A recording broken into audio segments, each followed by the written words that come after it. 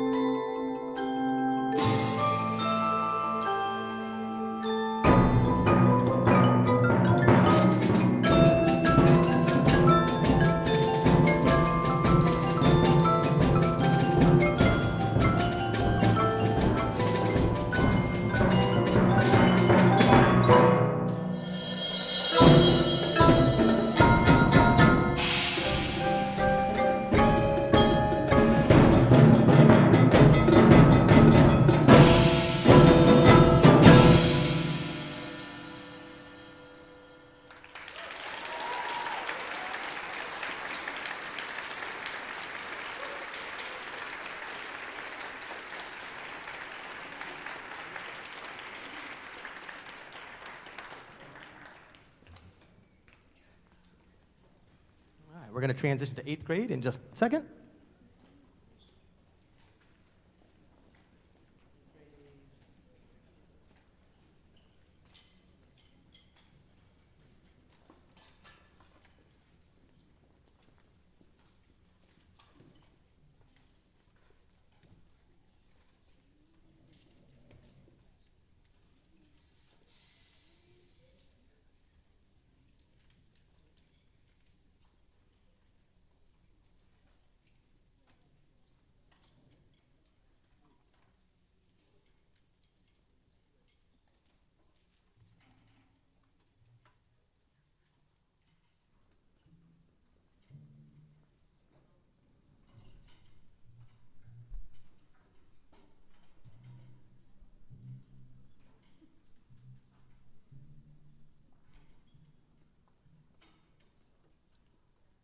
I'd like to point out that you may have noticed that the 7th grade played that piece entirely from memory. There was no music stands. That whole thing was in their noggin. So give them a round of applause for that.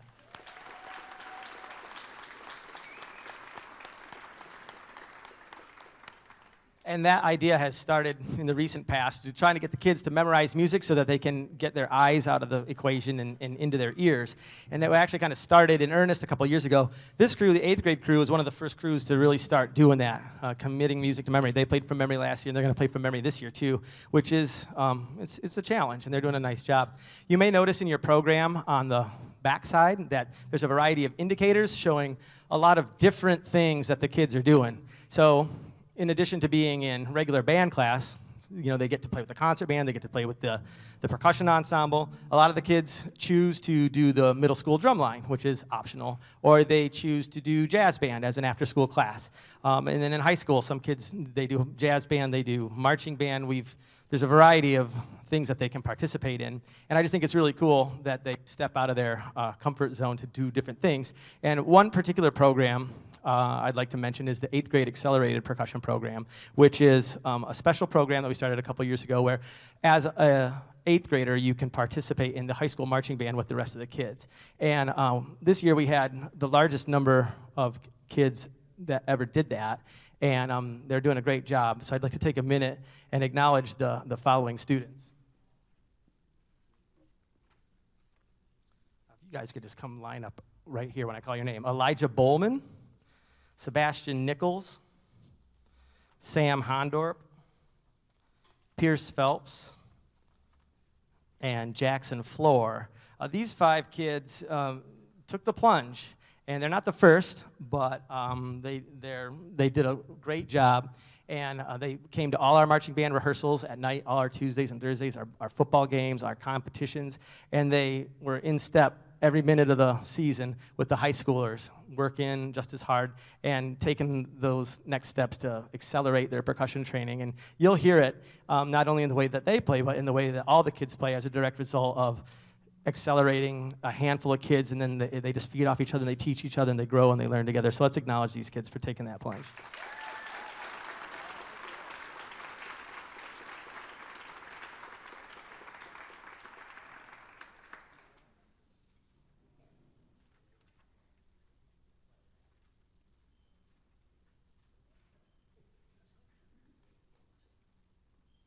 I just realized they have nowhere to put them because they got to play, and then they move gear around, and there's no safe place to put them. So I'm going to collect them back and give them to them again later.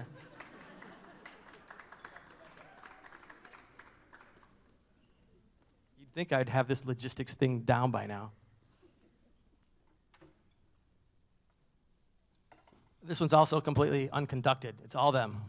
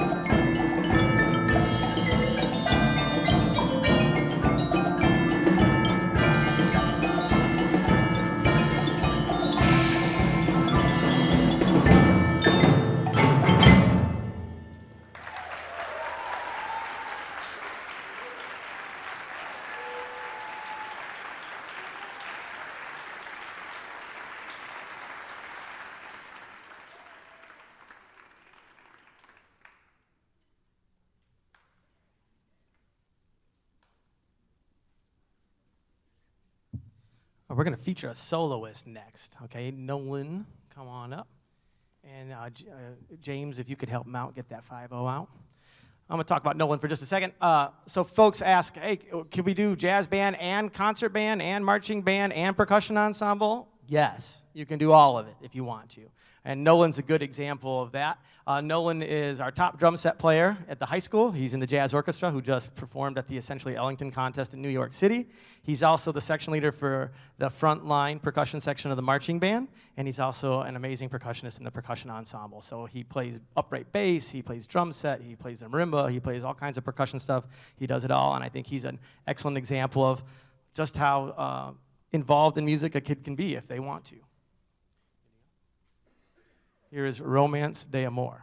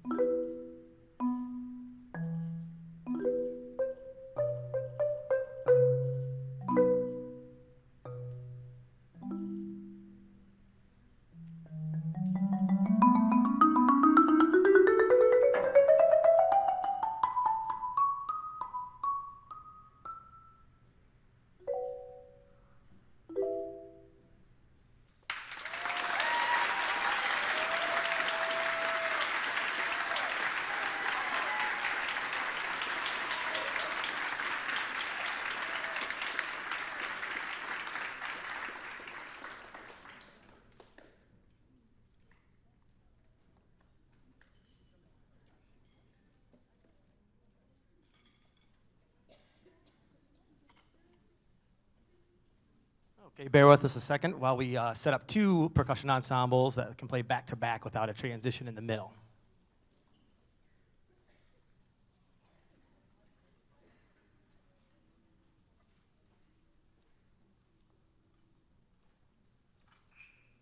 I can riff on this for a second. Aaron is carrying this really cool field drum over here.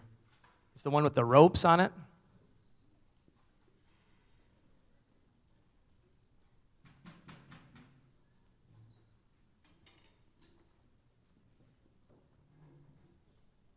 That's actually a replica Revolutionary War era snare drum. It's called a field drum. So that is kind of the ancestor to the snare drums we use in the drum line for the high school or the middle school drum line. It's also the ancestor to the snare drum you might see on a drum set, but obviously it's much bigger. And I'm just going to give you a quick little demo of how loud it can be. You can imagine why. It's got to carry over a battlefield.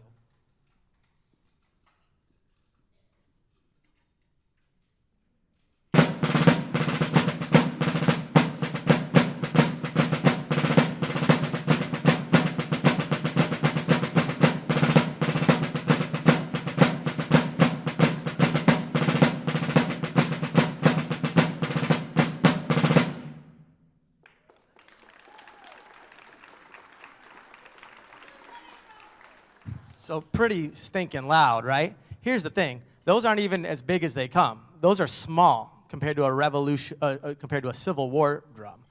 That drum is 16 inches in diameter. The drum that they would use on the Civil War would actually be 20 inches in diameter, which is the size of some bass drums. In fact, some jazz drummers use bass drums that are smaller than Civil War drums. Not a lot of people know that. When you see one of those drums up close, they're really big and they're really loud.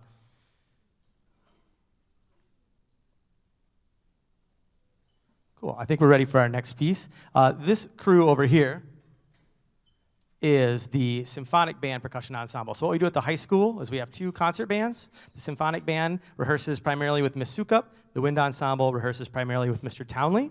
And so we divide the percussionists to kind of service both ensembles simultaneously, and then sometimes come together and do percussion ensemble with me. So this crew of 5 are the primary percussionists for Miss Sukup's band. And it makes it kind of nice to find a piece that fits them. So maybe sometimes the Wind Ensemble percussionists are with Mr. Townley. I can take these cats and work on something, and then later they kind of go back and can work with Ms. Sukup. I can take the Wind Ensemble, and then later, when the band directors can afford to be without percussionists, we take them all, and then we work on some large pieces, which you'll hear shortly later in the concert. But here's the Symphonic Band Percussion Ensemble playing a traditional style piece called Drummers 5.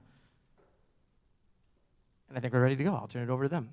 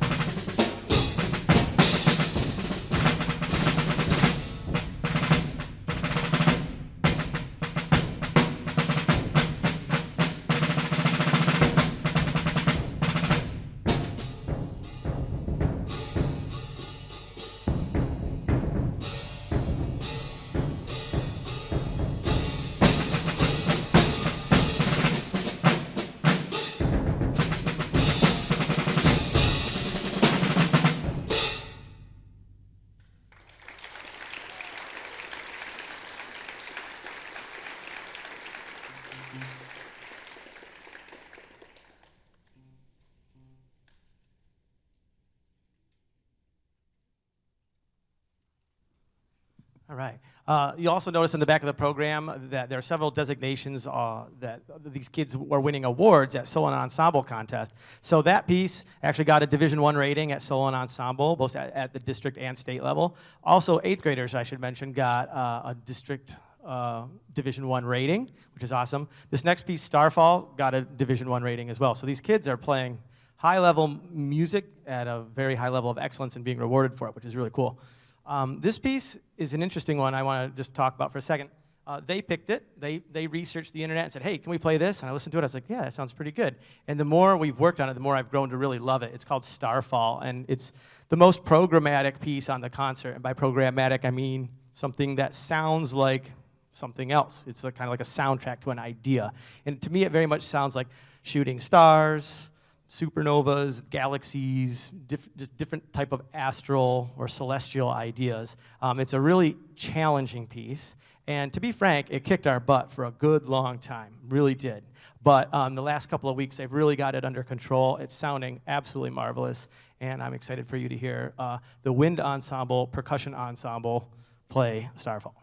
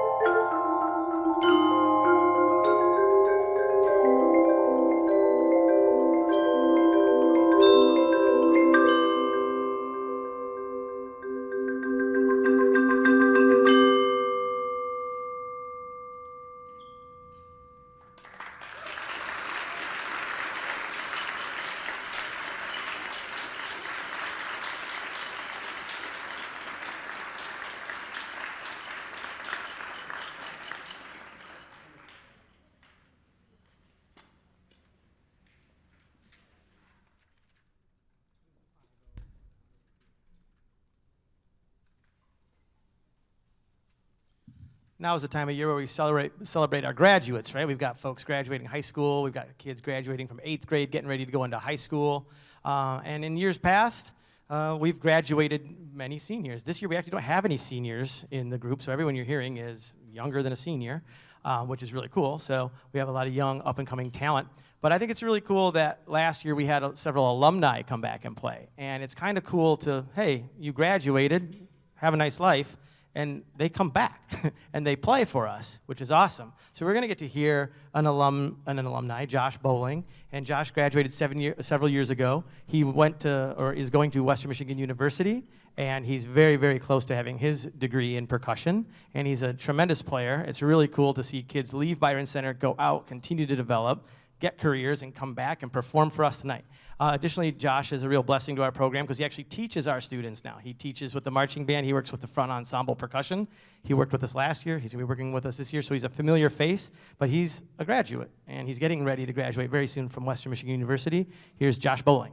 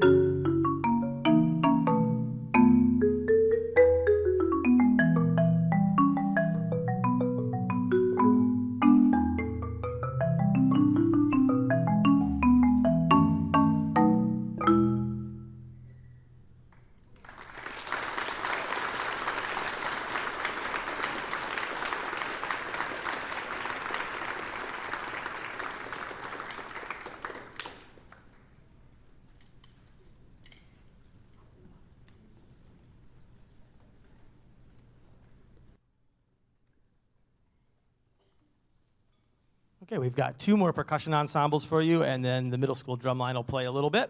This next piece is called batik, and I didn't know what that word meant. I thought it was maybe a made-up word, but it's a real word. It has to do, it's a style of dyeing fabric in Indonesia. So the artisan will take a piece of cloth, they'll put wax designs down on it and dunk it in dye, and then it comes out in this really elaborate types of designs, much like tie-dye. And I was like, wow, that's really cool. I learned that after I heard the piece, but the piece has two distinct parts. The first part is very murky and kind of swirling. I kind of think of a bowl of dye. There's just different colors swirling around, and it sounds almost completely chaotic, disjointed, like nothing's coming together, and that's by design. And then at a certain point, we pull the fabric out of the bowl of water, and we see all these very crisp designs, and then the music turns very, very, very, very structured. It takes on a gamelan sound. So a popular style of music, or the main style of music from Indonesia, specifically in Java, is gamelan. They play gongs that play all these repeating figures. And it's an interesting style of music. It's emulated in this piece on the marimbas and the vibraphones. We hope you enjoy Batik just as soon as they're done setting it up.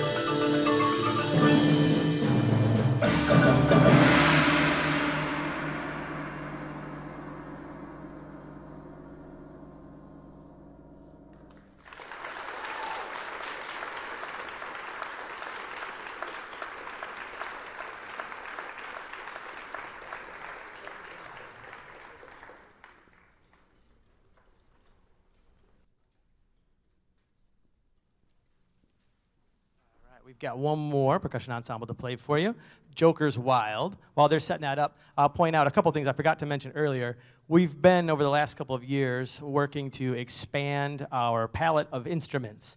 And last year, kind of the big purchase, if you will, after 6 years of kind of planning and saving for it, was the 5-octave marimba, right there in the middle, the big, long Cadillac-looking one.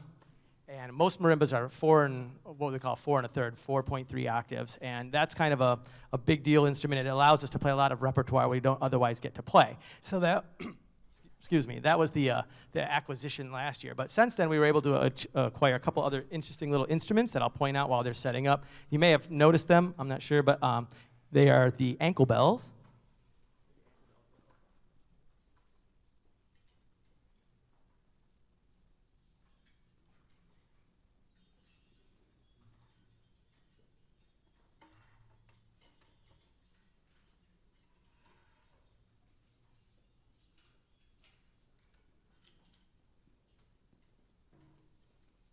These are a lot of fun to play. They sound really cool. So we got the ankle bells for the gamelan sound. We also picked up the crotales. I don't know if you noticed in Starfall, there was that one note where Parker took the cello bow and went, "Ning." Did you hear that? It was just like, what was that? That was the crotales. They're right there. They're those disc-shaped gold medallion-looking things.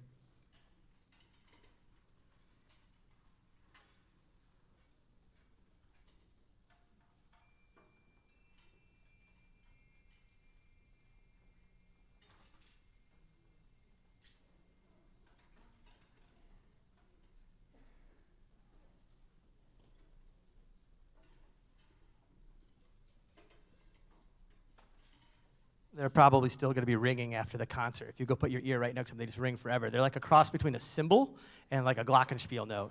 So that's really cool. And so we have to thank our administration and our band directors and all the powers that be for supporting the percussion program and facilitating us with this really cool equipment that we get to explore this type of music with. You can't just roll into an average band room and play pieces like Batik or Starfall without specific type of equipment. So the support for the fine arts here at Byron Center is really awesome, which allows us to kind of go after really artistic music. And I think that's really cool that we don't have to wait till college to go after that kind of stuff. So on that point, I'd like to thank my colleagues that I get to work with every day, the 3 primary band directors, Mark Townley, Megan Sukup, and Austin Hunt, for supporting percussion the way that they do and letting me just go ham on these kids with all this crazy stuff. They say, take them, go do crazy stuff, take them. So I'd like to thank the band directors that I get to work with every day.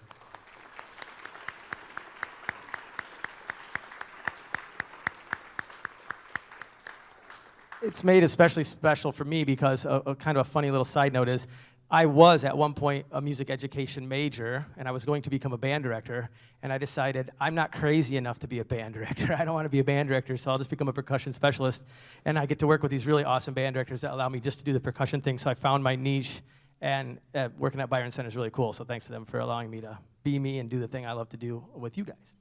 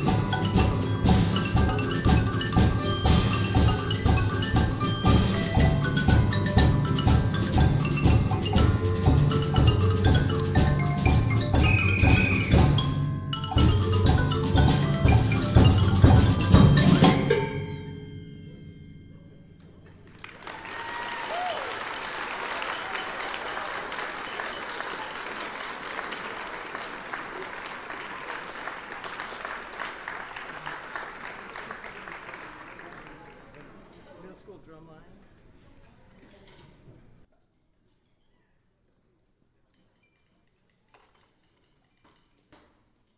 If ever there was a percussionist to play the slide whistle and the nightingale call and the bike horn, it was Jonah Steffen for sure. Nice job, Jonah.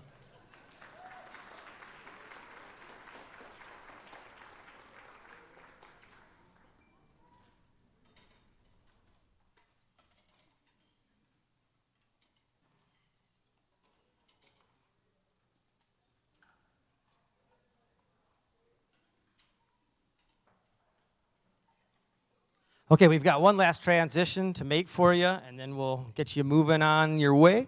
We're going to have the middle school drum line come out and play. Over the years, well, actually, this is the third year of the middle school drumline program. In the COVID year, we were looking for stuff to do. Things were irregular, and this was actually the 8th graders' idea at the time. They're the 10th graders now. The 10th graders now, when they were 8th graders, said, "Hey, we should start a drumline at the middle school. We have one at the high school. Why not the middle school?" I was like, "Okay, sure." And we did it. There was 12 kids in the drumline, and then last year it expanded to 19 kids, and then this year it grew to 23 kids, and I'm hoping next year we're going to have between 25 and 30 kids.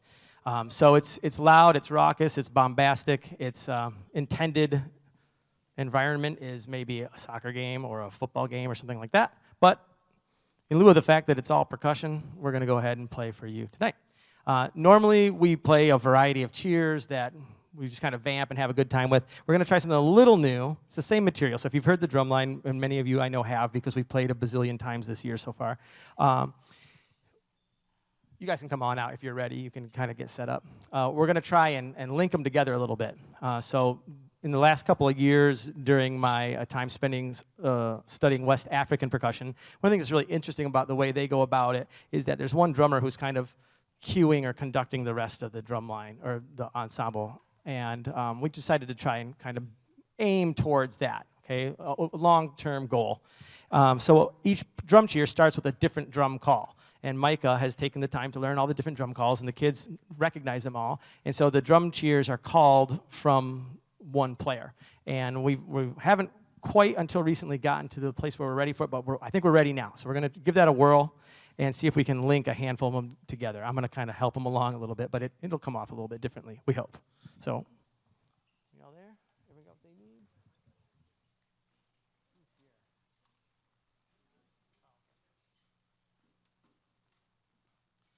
Mr. Townley needs to buy us more drums. Because we have, I think, more kids that want to play drums next year than we have drums for. But we're building a plan.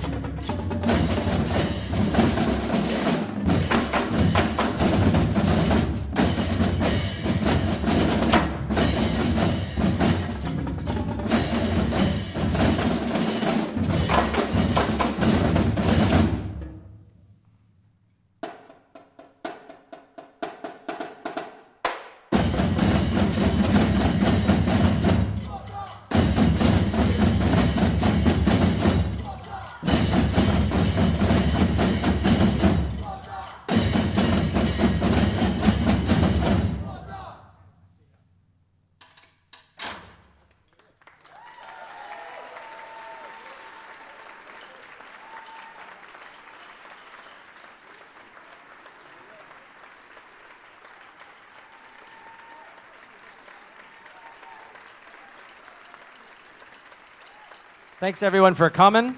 Obviously, we have a lot of junk to put away. They know that. The good news is, with 47 percussionists, it should go pretty quickly, but they have to schlep all this gear down and put it away. So I'm estimating 15 minutes to put all our stuff away, all right? I'm hoping with 47 people. Parker's looking at me like, are you crazy? I think we can do it. All right, thanks for coming. Enjoy your evening. Have a great summer. Adios.